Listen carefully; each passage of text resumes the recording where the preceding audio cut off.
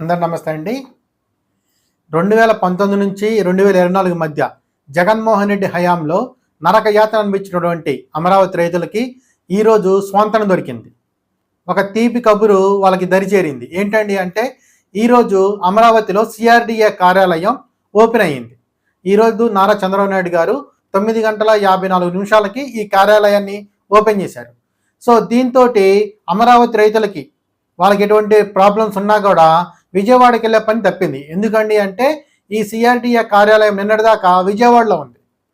So ప్రభుత్వం మారిన వెంటనే బాబు గారు దీని మీద చాలా స్పెషల్ ఫోకస్ పెట్టి దాన్ని ఎంత త్వరగా కూలిదిరితే అంత త్వరగా కంప్లీట్ చేయాలనుకున్నారు.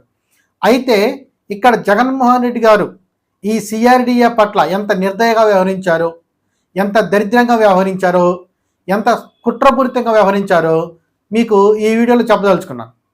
ఏంటండి అంటే 2019లో అధికారం మారింది. 2014 నుంచి 2019 దాకా చంద్రబాబు నాయుడు గారి ప్రభుత్వం నడిచింది.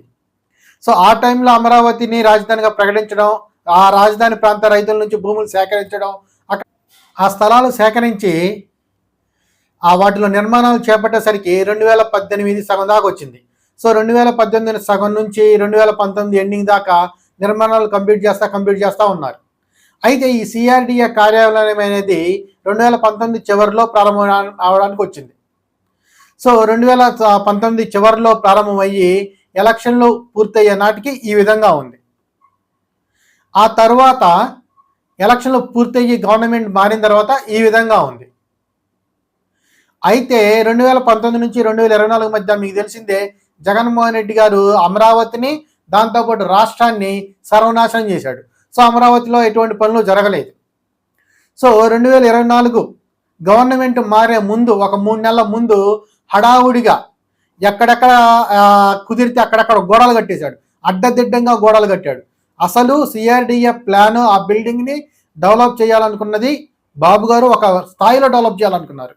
దానికి పూర్తి భిన్నంగా అత్యంత అధ్వానంగా పూర్వకాలం నాటి 1950, 1960 నాటి మోడల్లో 1950, 60లో కూడా అంత దరిద్రంగా కట్టరేమో. సో ఎక్కడ ఖాళీ ఉంటే అక్కడ గోడలు కట్టేసి రంగులు వేసేసి, బ్లూ రంగు మీకు తెలిసిందే కదా, ఆయన ఫేవరెట్ కలర్, ఆయన పార్టీ కలర్ కూడా. సో ఇష్టం వచ్చినట్టు బ్లూ రంగులు వేసేసి దాన్ని ఏదో కట్టాము అన్నట్టు ప్రపంచానికి చూపించాడు. సో అంటే ఏంటి, దేనికి ఇలా చేశాడు అంటే అమరావతి రైతుల్ని మోసం చేయడానికి. లేదు నేను అమరావతి మీద నా మనసు మారింది, సిఆర్డిఏ బిల్డింగ్ నాకు కంప్లీట్ అయిపోయింది అంటే బయటికి రంగులేశాడు కదా, జనాలు అందరూ అయిపోయిందని అనుకుంటారు, లోపల ఎటువంటి పనులు జరగలేదు. సో ఇటువంటి కులు తెలియజేట్లు చూపించాడు జగన్మోహన్ రెడ్డి. సో 2024లో అదృష్టం కొద్ది మళ్ళీ ప్రభుత్వం మారి చంద్రబాబు నాయుడు గారు సీఎం అయ్యారు. ఆయన సీఎం అయిన తర్వాత ఆ సిఆర్డిఏ బిల్డింగ్ దగ్గరకు వచ్చి చూస్తే ఆయనకి గుండెలు పెగిలినంత పని అయింది. అసలు నేను కట్టాలనుకున్న బిల్డింగ్ ఏంటి, ఈయన కట్టిన బిల్డింగ్ ఏంటి అని చూసి చలించిపోయి ఆయన లేదు ఈ బిల్డింగ్ని రీకన్స్ట్రక్ట్ చేయాలి అంటే ఆయన అడ్డదిడ్డంగా కట్టిన గోడల్ని, అడ్డదిడ్డంగా కట్టిన రూముల లోపల వీటన్నిటిని కూల్చేసి మళ్ళీ 2019లో ప్రభుత్వం మారినాడికి ఎలా ఉందో ఆ స్థితికి తీసుకొచ్చి అక్కడి నుంచి బిల్డింగ్ స్టార్ట్ చేశారు కట్టడం. అందుకనే ప్రభుత్వం మారిన తర్వాత కూడా 1 year పట్టింది, 1.5 years పట్టింది. ఎందుకని అంటే ఇందుకే అడ్డదిడ్డంగా కన్స్ట్రక్ట్ చేస్తే దాన్ని మళ్ళీ పనికిరాని దాంతో కొలగొట్టి మళ్ళీ అనుకున్న ప్రకారం 2019లో ఏదైతే అనుకున్నారో ఆ ప్రకారమే 2019 అంటే ప్రభుత్వం మారిన నాటికి 2019, ప్రభుత్వం మారిన తర్వాత కాదు.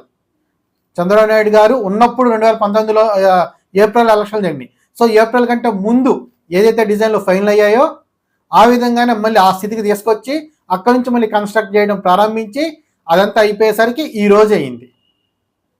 సో ఇక నుంచి ఏంటండి అంటే అమరావతి రైతులు వాళ్ళకి ఎటువంటి సమస్యలున్నా, స్థలాలు కేటాయింపులో కావచ్చు, లేకపోతే ఇంకెటువంటి సమస్యలున్నా, రోడ్లు కావచ్చు, ఇంకేదైనా సరే వాళ్ళు డైరెక్ట్గా ఇక ఈ కార్యాలయానికే సంప్రదించవచ్చు అనమాట.